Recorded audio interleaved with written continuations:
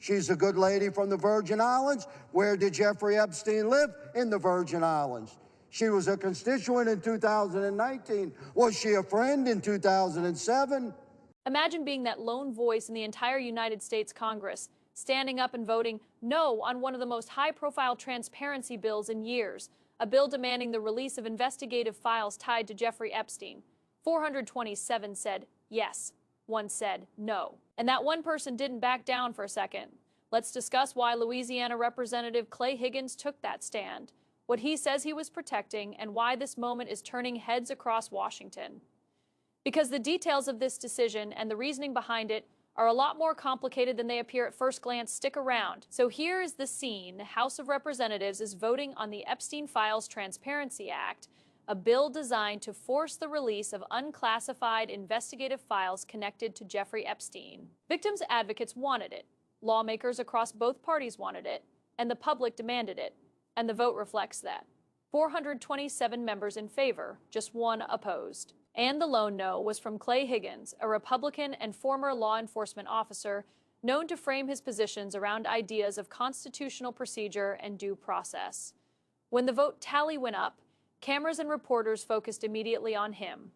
Why oppose a bill so overwhelmingly supported? According to Higgins, his no wasn't about protecting Epstein or anyone implicated in wrongdoing.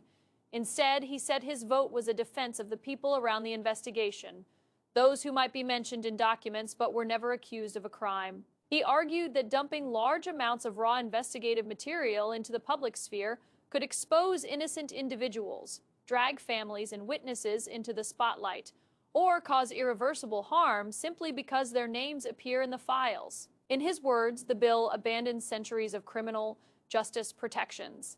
Protections intended to prevent the innocent from being harmed by association.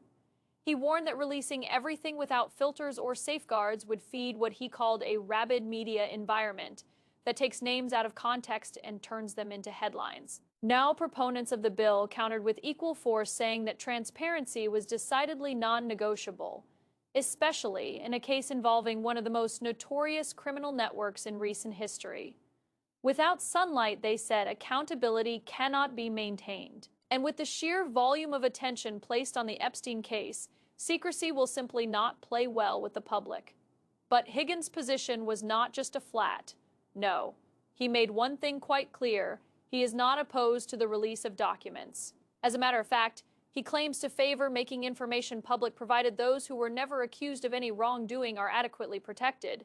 He cited previous document releases in the current congressional investigation and said he would definitely support a revised bill offering more privacy protection. This adds a degree of nuance to the whole debate. You have, on the one hand, accountability, closure, and the people's right to know. You have, on the other, concerns about the potential for innocent people being pulled into a global media spectacle, a spectacle that has already ruined reputations based on rumors, associations, and implications rather than charges. And that tension, transparency versus protection, is at the core of Higgins' decision now.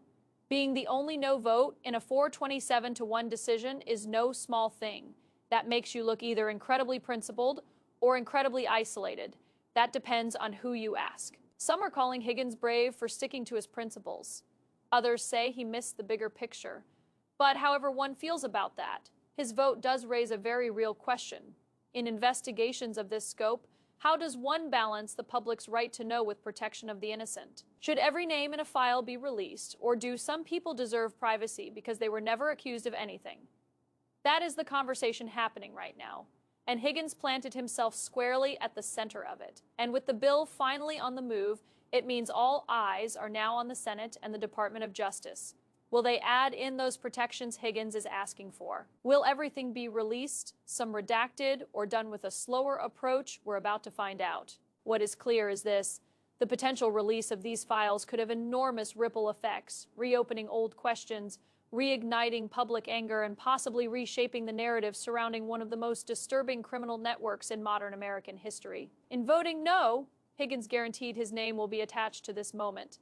So now the question is, was his vote a necessary stand for due process, or did he stand against a wave of transparency that the public deserved? If you found this deep dive helpful, go ahead and hit that like, Subscribe for more breakdowns of major political moments and let me know in the comments.